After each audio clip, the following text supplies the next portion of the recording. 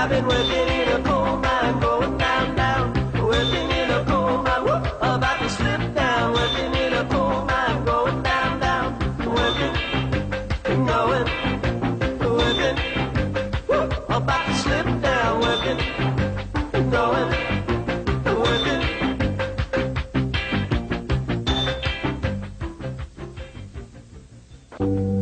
Day off says she gets it on the dress. 2 days off says she doesn't. A year in Capri, I can get her to pull the dress up over her head. Oh, okay, she's taking a bite. Is it on the dress? Desk. Bite? Is it on the dress? She's choking. Is it on the dress? No, I'm not kidding, guys. She's really choking. Is it on the dress? You know, they say most people choke to death rather than call out for help because they don't want to be embarrassed in public. Oh, that's it. The bet is off. No. You can't Welsh on a bet, Pizer. Behind those blinds lies a ketchup-ridden Mama Cass, and I'm going to prove it. Oh, hey, listen, Pizer, listen. There is a favor I need you to do for me on your lunch hour. Oh, no, sir, not again. That park is too dangerous. So why don't you just buy bigger amounts at one time? Oh, no, nothing like that. No, Pizer, no. There's a woman I know who is in town for a few days. She hardly knows a soul here, and I was wondering if you'd mind taking her out to lunch. I don't know. Oh, she's attractive, she's intelligent, sophisticated. Well, then why don't you take her out? She's my age. No, what do you say, huh? I'm not really big on blind dates, sir. You mind if I pass on this one? No, of course not, Pizer. No, of course not. I'm not one of those kind of bosses that won't take no for an answer. You know that. Thank you, sir. Is there anything else I can do for you? Oh, there is one thing. There's a woman I know who's in town for a few days. She hardly knows a soul here. I was wondering if you'd take her out to lunch. Why not? She's in suite 305 at the Hyatt. Val will give you all the information you need. I'll give her a call. Maybe you want to wait until she's out of the bath. How do you know she's in the bath? I guess.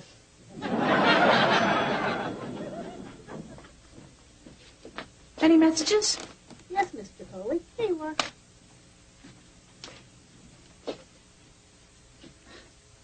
You misspelled my name. I did? It's Tricoli with an I. I'm sorry.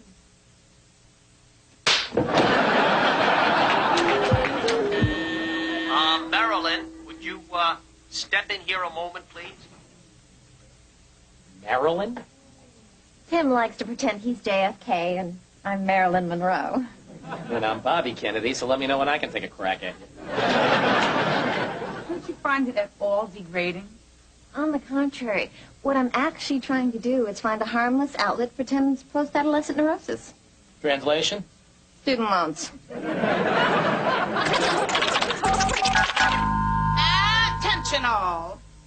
In order to keep you riff-raff out of all executive privileged areas, such as the gym, Upton Weber's installed a new high-tech security system. Based on the science of biometrics, we will be able to identify all executives by the genetic makeup of their hair. What a crock.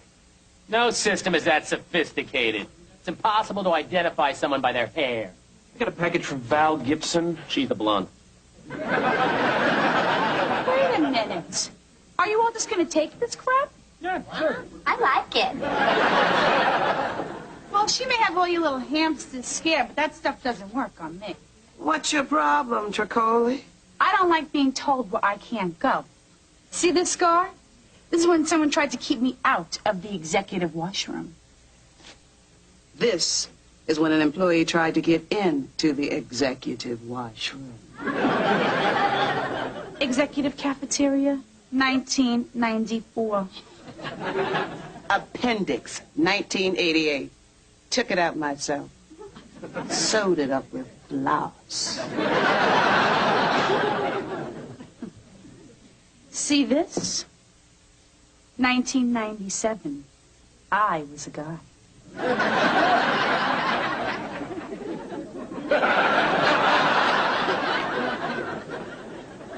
Delaney. D-E-L-A-N-E-Y. Yeah? Hello, Delaney. Matt, there's something different about you. Is there? Yes. You look happy. Relaxed. You smell like you've been to a drugstore recently. Yeah. The aisle with the cotton balls? Bandage wraps? Maddie! Your first nooner! It's a glorious day, isn't it? Glorious. You were with a guy? Not even your snide little witticisms can get to me today, Delaney. Now, I just spent the last hour and a half in bed with an attractive woman who found me charming, delightful, and satisfying in every way. And not even you can cheapen it. How'd you meet her? Tim set me up with her. T-I-M. Tim? T-Y-M. What's her name? Rachel Zalazar-Nicholas. Z-A-L. You've been had, Pizer. What are you talking about? Get the sleep out of your eyes, boy. That was no ordinary woman. Tim used you to close an account. What are you talking about? He does it all the time. In fact, he has a group of studs he uses specifically for that purpose. Oh, that's crazy. I mean, just because a woman calls you her little midnight cowboy and wants to go all the way but won't kiss you doesn't mean you're a prostitute. What's this? Rachel didn't think a pretty boy like me should go around without pocket money.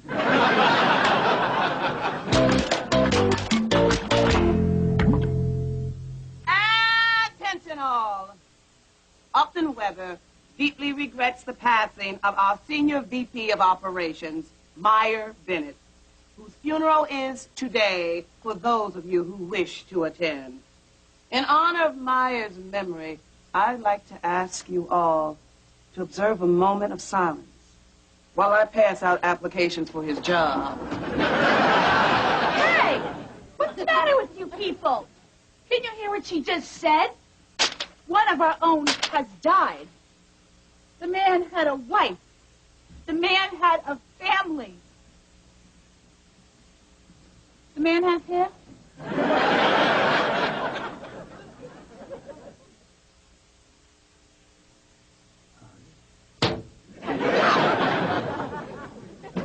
How dare you? You pimped me out to land an account. You turned me into a prostitute. Oh, Pizer. Upton Weber is a reputable Fortune 500 company with a lot of class. They turned you into a male escort. Why are you fighting for this? For what? For turning you into a prostitute, as you say? I mean, who believed that? A nice young kid like yourself, a little low on money from the Midwest. Uh-oh. Pizer, what are you doing? I want everyone here to know that Tim Deal pimped me out to land an account. And apparently this isn't the first time either. How many of you has he done this to? And how many of you are from Iowa? Don't you realize that Big Ten refers to the number of schools? Listen. Aren't you at least a little bit flattered that I chose you? I can almost understand why you did it. If I was in your position, I might have motioned to the paddock for my star thoroughbred, too. I can't blame you for betting on the best horse in the track. You're no dummy. But you remember something, mister. You remember this good. Not every filly gets the privilege to ride this colt. But when they do, they know they're not just getting place or show. You lost the account. What? Yeah, a little hint, Pizer. It's not always a good thing to be the first one across the finish line. Ouch.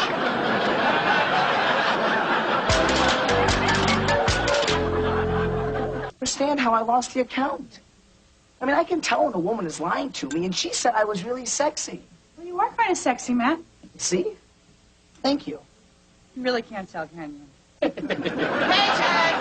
Delaney, Abby, Liz, Matt.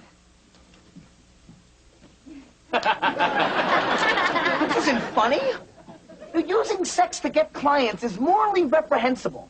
And frankly, I, for one, won't stoop to that level. Oh, relax, Pizer. You lost the account. We've all lost accounts. So the company has no faith in you, and everyone thinks you're incompetent in the sack. I live with that every day of my life. So some insensitive employees are wearing Pizer Can't Please Her T-shirts. So what? Who's wearing T-shirts? Oh. Oh, my God. Jason here yet? Oh, good. Jason. Ms. Richards says that you can meet her at her hotel room. I'll write down the address. Hey, you been benched, buddy. New and improved boy toy on deck. I don't care. Really? So it doesn't bother you that everyone is making fun of you right now? The little pigs in a blanket. They sell them at the hotel. They're delicious. Give me that. Okay, Abby, time to pay respects to the dead guy. What does a dead guy feel like? Ew.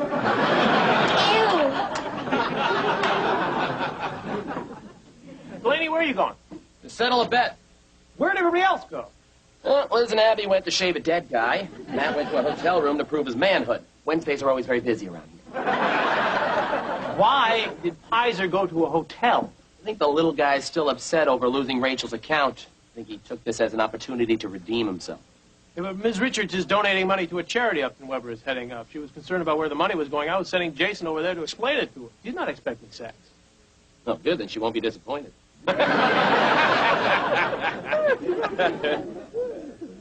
Sir.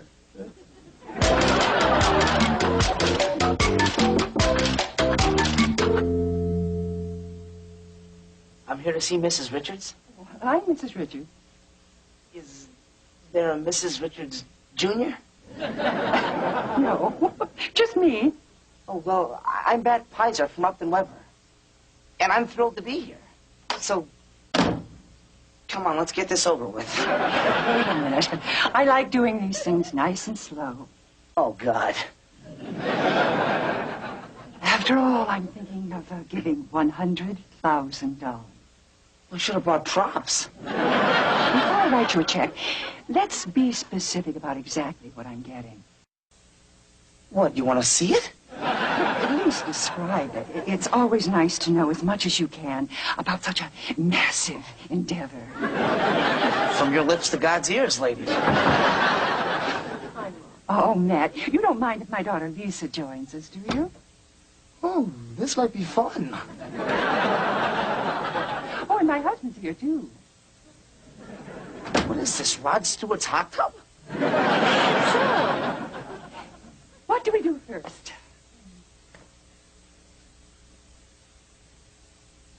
Well, I'm going to go to the bathroom and just, fix up my face. And by that, I mean poke out my eyeballs. I don't think it would be so crowded. Some of the people are here for that poor young woman's funeral next door. I am so sorry. It's on the dress! All right, remember the plan. While I distract the widow, you trim the stiff. Make sure you can handle this. Don't need to give the guy a complete makeover. We just need a few strands of hair. Now go pluck them out. Won't that hurt him? He's dead.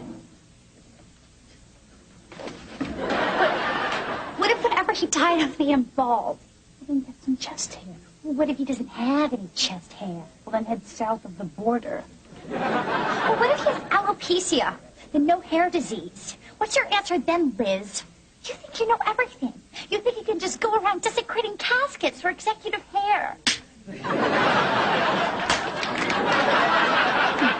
I like your style, Abby. You got real spunk. Liz, you don't know how happy it makes me feel to hear you say that ever since we... I'll get the hair. All right, Matt, you can do this. It's just casual sex with an entire family. Come on now, the company's counting on you. Just think positive. You're the best. A star. A star.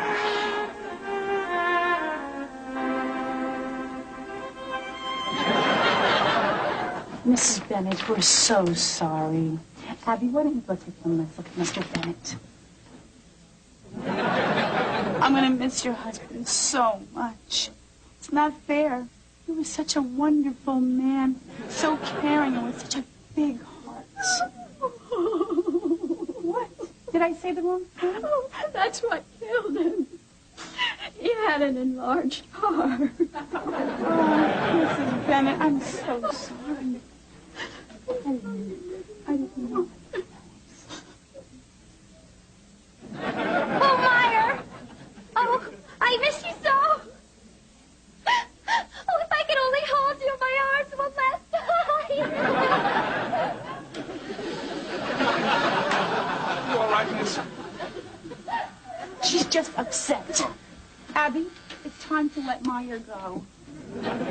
Excuse me, miss. What? What is that in your hand? Nothing. The woman was born with a claw. Where's your guard now, Padre? Oh, Marilyn.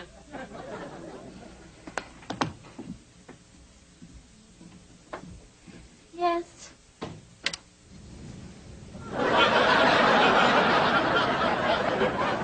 Tim, we need to talk.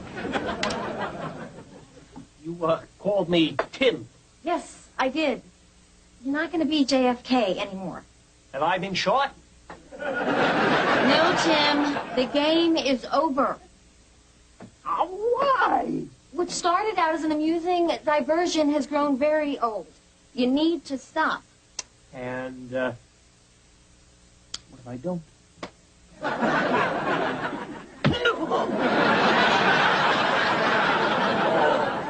Jackie!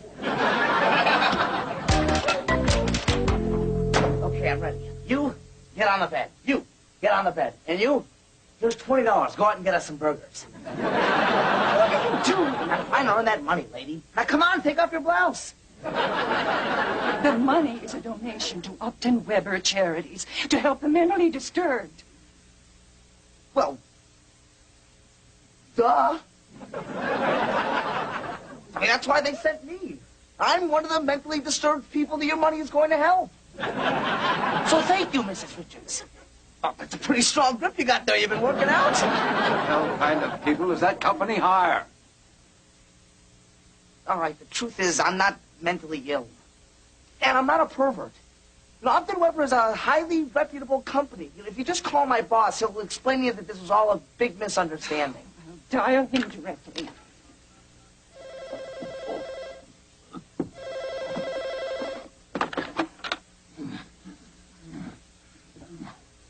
Hello.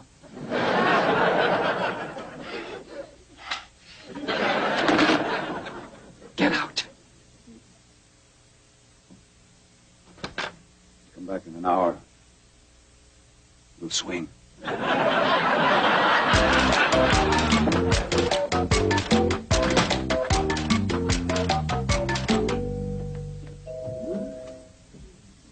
Okay, remember, when we get in the gym, act like an executive.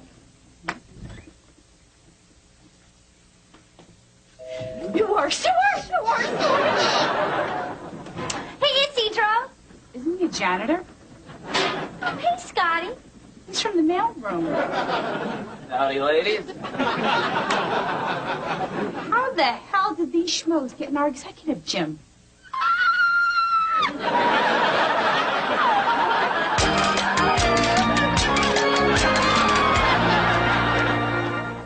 Isn't Gilligan's Island? Oh, it could be. Tomorrow, Fran and Maxwell's honeymoon gets off to a rough start when they find themselves stranded on a deserted island on the season premiere of The Nanny at 7:30. Up next, an all-new W5 with Tom Clark and Valerie Pringle.